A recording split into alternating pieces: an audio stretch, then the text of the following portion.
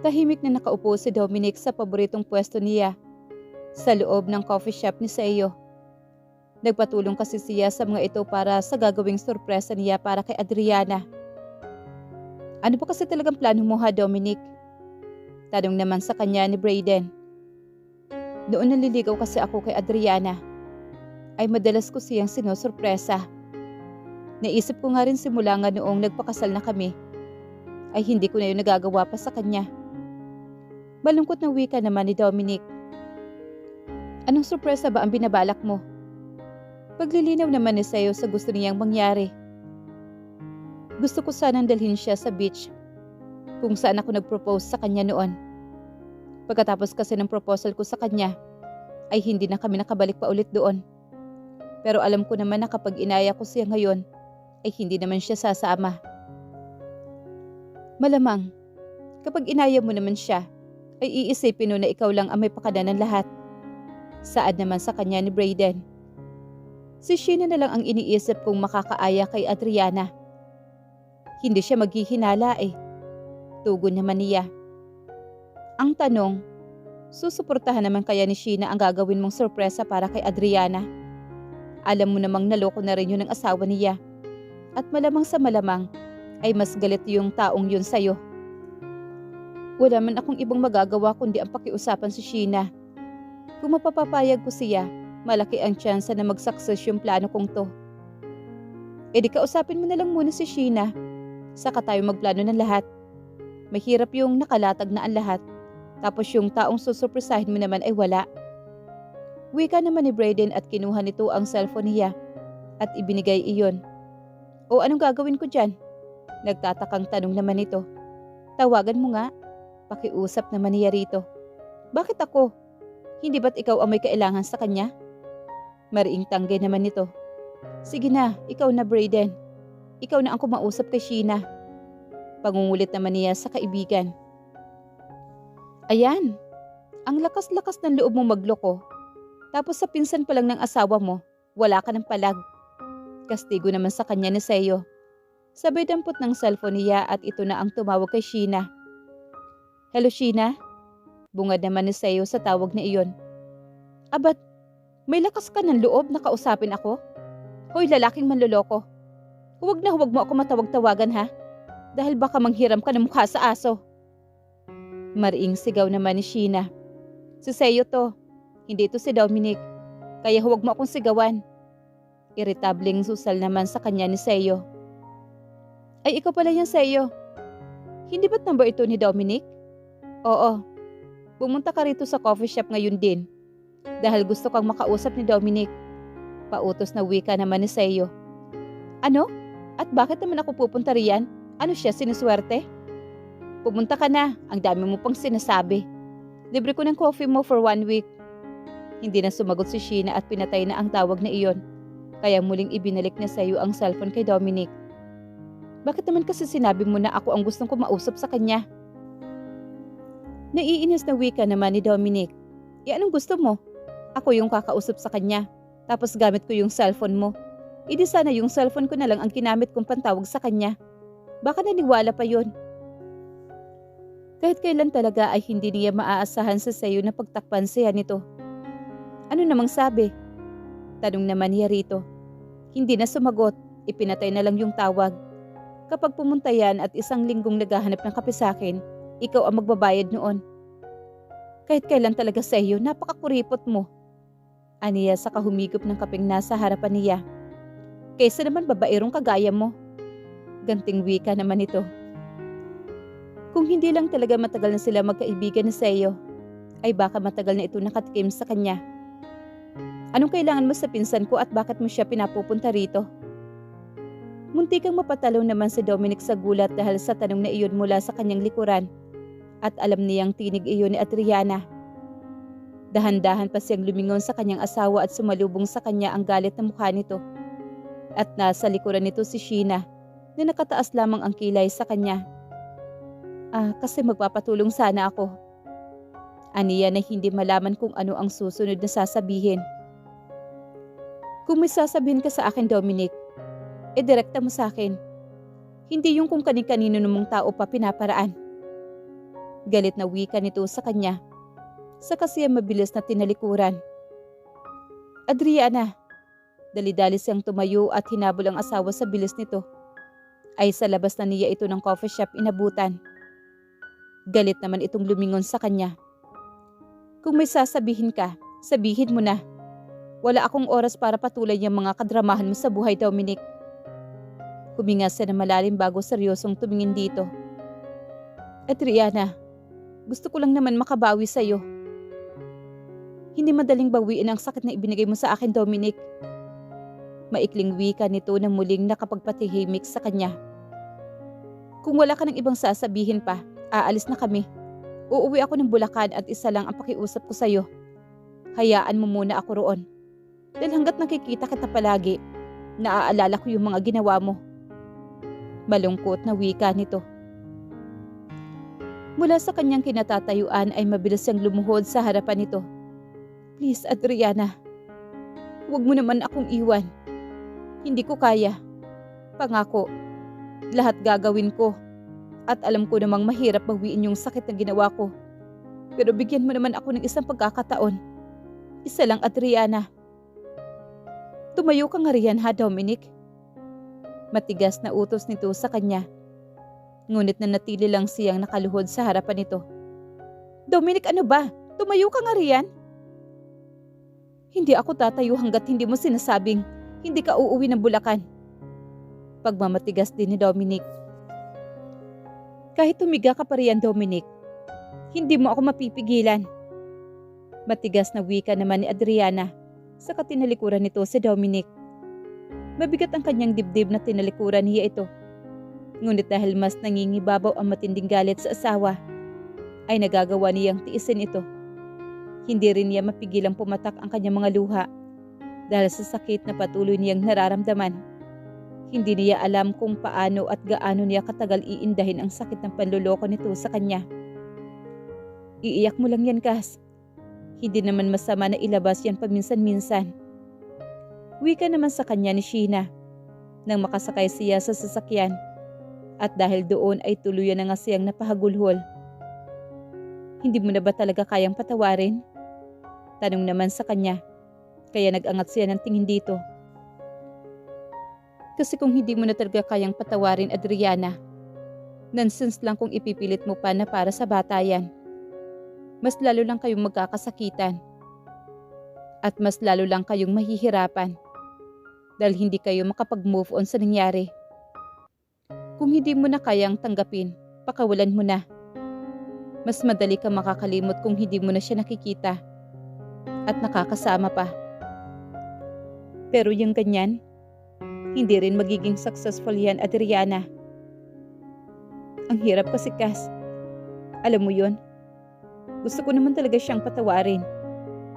Pero hindi ko magawa eh. Dahil natatakot ako na baka maulit lang ulit. Natatakot na ako magtiwala ulit. Kasi nandirito pa yung sakit eh. Ang hirap. Ang hirap tumingin sa kanya na hindi ko naaalala ang lahat. Hindi mo pa naman sinusubukan eh. Alam ko namang pinipilit mo lang ilayo yung sarili mo sa stress. Pero the more na gusto mong itong layuan, lalo ka lang nitong susundan. Maniwala ka sa akin, Adriana. Wala naman madali sa mundo na to. Bigyan mo ng isa pa akong iyon talaga ang laman ng puso mo. Saan ka ba talaga nakakampi? Nagtatakang tanong naman ito habang pinupunasan ang kanyang mga mata. Sa'yo syempre, pero nakikita ko kasi na nahihirapan ka na. Nahihirapan ka kasi iniisip mo yung bata riyan sa tiyan mo. At the same time, nasasaktan ka kapag nakikita mo si Dominic. Habang maaga pa pumili ka na, Adriana. Alam mo, kumpara din naman kay Greg sa tingin ko, ay mas nagsisisi naman talaga si Dominic. Tulad nga ng sabi mo, ang kagandahan nga lang kay Dominic, iba-iba ang babae niya. Ang mahirap lang naman sa ganyan, kung mayroon na siyang suking kabit, hindi ba? Ang mahalaga kasi ikaw pa rin ang mahal niya, at ikaw pa rin ang inuuwian niya. In the end, alam mong ikaw ang pinipili niya. Ang gusto mo bang sabihin ay kalimutan ko na lang ang lahat? Hindi naman. Ang ibig kong sabihin, Adriana, Kung hindi mo na kayang patawarin, pakawalan mo na. Pakawalan mo na ang lahat ng sakit na nararamdaman mo. Mas madali ka makakapag-move on kapag wala na siya sa buhay mo. Kaysa ganyan, pinipilit ninyong ayusin, pero in the end, nagkakasakitan lang kayong dalawa. Payo naman ito sa kanya. Pinakiramdaman niyang mabuti ang sarili. Pero paano kung hindi ko pa rin naman kayang mawala siya? E di subukan mong patawarin siya. Mabilis naman natugon nito. Adriana, hindi ko sinasabi na normal lang sa lalaki ang magloko. Pero sa totoo lang, bibihira sa lalaki yung nagsisisi pagkatapos niyang gumawa ng kalokohan. At sa tingin ko naman talaga, ay nagsisisi si Dominic at mahal ka talaga ng asawa mo. Yung ginawa sa'yo ni Dominic ngayon, hindi iyan ginawa sa akin ni Greg ni minsan. Kaya kahit gusto kong patawarin siya, ay hindi ko magawa. Dahil ni minsan ay hindi naman niya hiningi ang pagpapatawad ko. At mas masakit yun ang ganoon, Adriana. Yung tinanggap na lang niya na mawawasak ka at hindi na maaayos pa without even trying. Malungkot na wika naman ito.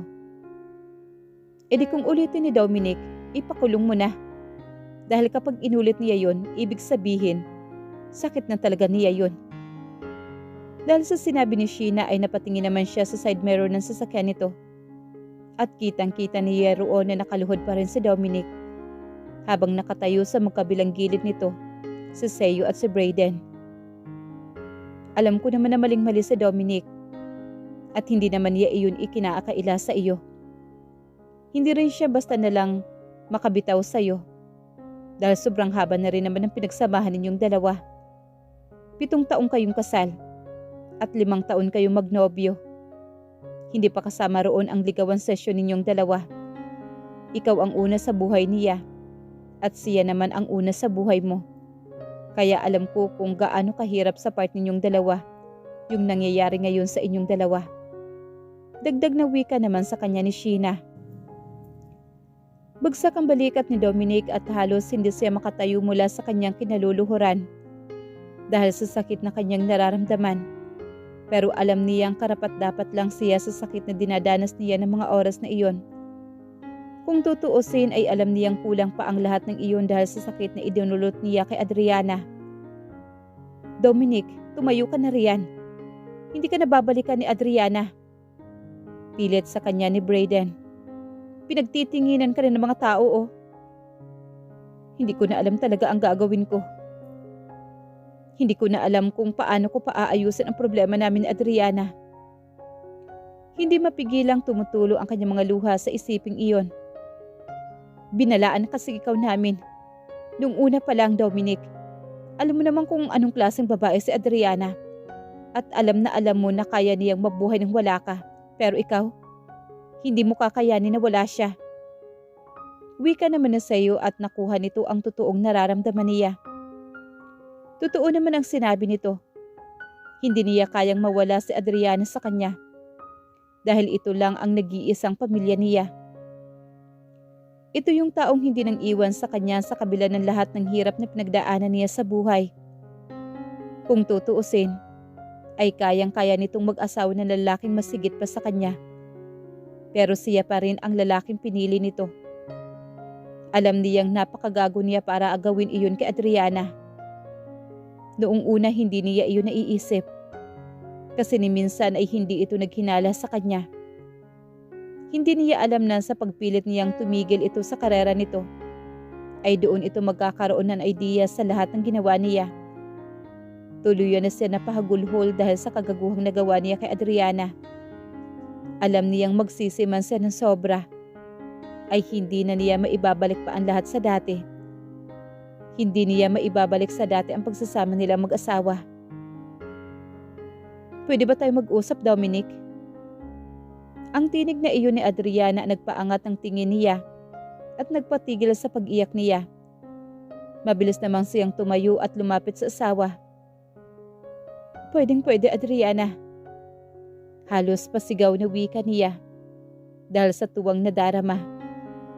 Tumango ito patapos ay lumakad papasok sa coffee shop ni Seiyo. Tahimik lang din siyang sumunod dito. Naupo ito sa pinakasulok at may kadiliman na parte ng coffee shop na iyon. Seryoso itong nakatingin sa kanya at natatakot siya sa anumang maaaring sabihin ito sa kanya. Baka may gusto ka munang sabihin bago ako magsalita. Tanong nito sa kanya kaya naman napadiretso siya mula sa kanyang pagkakaupo. Adriana, alam kong napakalaki ng kasalanan ko sa'yo. Panimula naman ni Dominic. Wala akong tamang salitang pwedeng sabihin dahil sa kaguguhan ko. Pero gusto ko lang malaman mo na wala akong ibang minahal kundi ikaw lang. Wala akong ibang ginustong makasama habang buhay kundi ikaw lang. Sinsirong wika naman niya rito, kasabay ng pagpatak ng kanyang mga luha. Hindi ko kayang mawala ka, Adriana. Iyon ang totoo. Napakatanga ko dahil ngayon ko lang na-realize ang lahat ng iyon. Kung kailan nasaktan na kita. Kung kailan gusto mo na akong iwanan. Alam ko napakamasarili ko. Kung ipipilit ko yung sarili ko sa'yo pero sana Adriana, bigyan mo pa ako ng isa pang pagkakataon. Yung isang pagkakataon na yun, pangako hindi ko na yun sasayangin pa. Hinding-hindi ko na yun uulitin pa. Nakita rin niya ang patuloy na pagpatak ng luha ni Adriana. Ilang sandali na ang lumipas ay tahimik pa rin ito at mataman lang na nakatingin sa kanya. Tingin niya ay sinusukat nito ang kanyang mga sinasabi. Ngunit kung anuman ang sinasabi niya rito, ay iyon ang totoo. Maya-maya ay kumilos ito at binuksan ang bag na dala nito na may kinuha ito mula roon at inilapag iyon sa lamesa. Lumakas naman ang kabog sa kanyang dibdib na makita niya iyon. Ano to, Adriana? Alam niya kung ano iyon ngunit gusto niyang makasiguro at mismo manggaling kay Adriana ang sagot sa kanyang mga tanong. Sige. Tingnan mo, Dominic. Utos naman ito sa kanya. Nanginginig ang kanyang mga kamay nang dambutin ang maliit na larawan na iyon. Buntis ako, Dominic. Saktong pagkasabi na iyon ni Adriana ay ang kanyang pagkahagulhol. Ilang sandali na pinalipas nila ang kanyang pag-iyak bago ito muling nagsalita. Iyan yung sorpresa na nais kong sabihin sa iyo noong araw na uuwi ka sana. Galing sa Batangas. Pero hindi ko nagawang sabihin. Dahil noong araw na yon, ako nagsimulang maghinala na may ginagawa kang kalokohan, Dominic. Nagawa mo akong paghintayin na magdamag. At ikaw pa yung galit. Pilit kitang iniintindi nun. Kasi akala ko masama lang ang loob mo. Pero hindi mo alam kung gaano kasama ang loob ko sa'yo. Dahil pinaghandaan kong maigi ang araw na yon. Pero hindi mo ako sinupot. Dahil alam ko naman na nagpapakasarap ka sa kandungan ng iba ng araw na yon. Halos pumiyok ito sa sama ng loob na nadarama sa kanya. Nang sinabi nito ang lahat ng iyon, gusto niyang dagukan ang sarili. Dahil sa pagkakataong iyon, nakikita niya kung gaano talaga siya kagago dahil sa ginawa niya sa asawa. I'm so sorry, Adriana. Tanging salitang lumabas sa kanyang bibig. Ilang beses kong gustong sabihin sa iyo ang magandang balita na yan. Pero hindi ko magawa. Dahil sunod-sunod na ang mga nangyayari, Dominic. Umabot sa punto na ayoko nang sabihin sa iyo ang lahat. Pero lagi ko ring iniisip yung bata. Paano paglabas niya? Paano ko sasabihin sa kanya kung bakit wala siyang ama? Paano ko ipapaliwanag sa kanya kung bakit hindi ko man lang nagawang ipaglaban yung pamilya namin? Kung sarili ko lang, Dominic, kaya ko eh. Kaya kong harapin ang buhay ni wala ka. Pero hanggang sa huli, hindi ko kayang maging makasarili. Pinunasan nito ang mga luha nito na patuloy lang na pagpatak. Gusto kitang bigyan ng isa pang pagkakataon. Hindi para sa akin, Dominic, kundi para sa bata. Ayokong lumaki siyang walang ama. Sa narinig mula rito ay nagpatayo siya at mabilis na napaluhod sa gilid nito at mahigpit itong niyakap. Maraming salamat, Adriana. Maraming salamat. Muling pumatak ang kanyang mga luha. Ngunit sa pagkakataong iyon, sa labis na tuwa, pangako, hindi ko sasayangin ang pagkakataong ibinigay mo sa akin. Seryoso itong muling humarap sa kanya. Dominic, sana sa pagkakataong ito tuparin mo ang mga pangako mo. Hindi ko na kaya, Dominic, ng isa pang pagkakamali.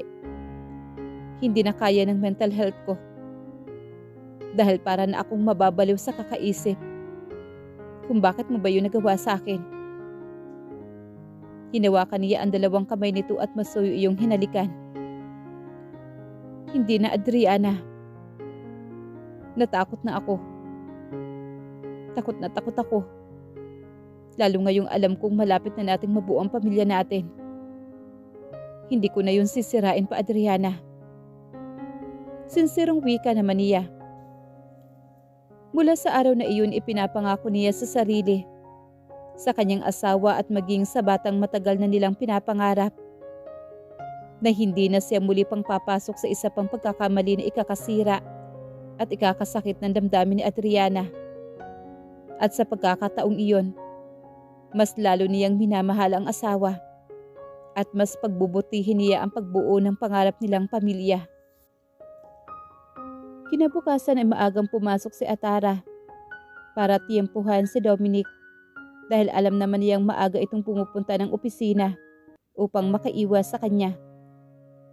Wow, Atara! You look so beautiful today. Hindi makapaniwalang salubong naman sa kanya ni Ces. Nginitian lamang niya ito. Natutuwa siya agad nitong napansin ang pagbabagong ginawa niya sa sarili. Dahil alam niya kung nais niyang makuhang muli ang atensyon ni Dominic, maging ang pagmamahal nitong inaasam niya, ay kailangan niyang kalimutan at iwanan ang dating sarili. Kaya pinili niya ang gupit na iyon. At alam niyang mas angat na angat ang kanyang ganda sa ayos niyang iyon. Gumamit din siya ng mga bold color makeup para mas maging matapang ang dating ng kanyang mukha. Namili rin siya ng ilang mga damit kung saan mas kita ang kaseksihan at ganda ng kanyang katawan.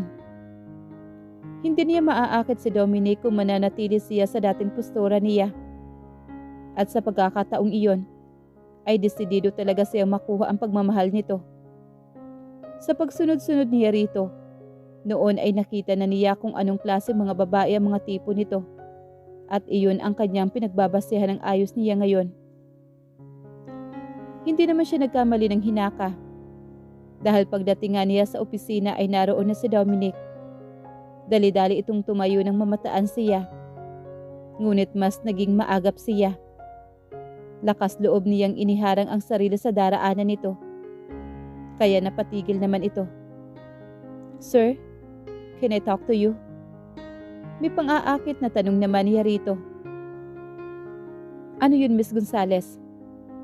Formal na tanong nito sa kanya at napataas ang kanyang kilay sa tinawag nito. Dati ay parang musika sa kanyang tenga kapag tinatawag siya nito sa pangalan niya. Pero pinilit niyang huwag iyong pansinin. May nawawala po kasi akong gamit at sigurado po akong nadala ko po yun. Sa tingin ko po kasi, naiwan ko yun sa sasakyan ninyo nang maglipat ako. Pwede ko po bang tingnan saglit lang? Mahalaga po kasi sa akin yun. Pakiusap naman niya rito, habang diretso siyang nakatingin sa mga mata nito. Bumaba naman ang tingin niya sa mga labi nito, kaya bumilis ang tibok ng kanyang puso. Sa pagkakataong iyon ay gusto niyang angkinin ang mga labi ni Dominic. Napatingin din siya sa mabilis nitong pag-iwas, nang tingin sa kanya at simpleng iniabot sa kanya ang susi ng sasakyan nito. Pakibilisan lang, hihintay na lang kita rito. Maikling tugo naman ito. Pagkatapos ay naupo ito muli sa upuan nito. Hindi na siya nagpaligoy-ligoy pa. Kinuha ang susing iniabot nito. Saka tinungo ang sasakyan nito. Pagdating doon ay dali-dali niyang binuksan iyon upang hanapin ang envelope. Una niyang binuksan ang harapang pintuan kung saan siya naupo. Hinanap niya ang ilalim noon ngunit wala roon. Kaya napilitan siyang buksan ang likuran ng pintuan. Masikap niya iyong hinanap sa ilalim ng mga upuan. Pati ang mga gamit na naroroon ay kinalkal na rin niya. Sa kakahanap niya ng envelope, ay doon niya napansin ang pregnancy test na nakita niya noon sa ibabaw ng dashboard ng sasakyan. Wala sa loob na dinampot niya ang pregnancy test na iyon. Hindi niya alam kung anong pumasok sa isip niya at ibinulsa niya iyon. Kung hindi siya makakagawa ng paraan upang maakit si Dominic, ay ang pregnancy test na iyon ang huling bagay na maaari niyang gamitin dito. Desperada na kung desperada. Pero hindi ako susuko ng ganoon na lang, Dominic. Wika niya sa kanyang sarili. Muli niyang hinanap ang envelope na kailangan niya. Ngunit hindi niya talaga iyon matagpuan. Kaya naman minabuti niyang isara na lamang muli ang sasakyan. Ang tanging mahalaga sa kanya ay wala roon ang envelope na hinahanap niya. Pag-akyat niya sa opisina ni Dominic, ay halatang hinihintay na lamang nito ang pagdating niya. Dahil nang iabot niya ang susi rito, ay mabilis na itong tumayo at lumabas ng opisinang iyon. Nang hindi man lang siya tinatapunan ng tingin. Napansin man lang kaya niya ang pagbabago ng hitsura ko. Hindi niya maiwasang itanong iyon sa sarili. Talagang nasasaktan siya sa ginagawa nitong pag-iwas sa kanya. At hindi niya maiwasang alalahanin ang mga pag-alala nito sa kanya noon. Sa pagkakataong iyon parang nais niya magsisi na ibinigay niya kaagad kay Adriana ang mga litrato nito. Hindi niya alam na imbes na ito ang mahulog sa planong inilatag niya, ay siya pa ang nahulog dito.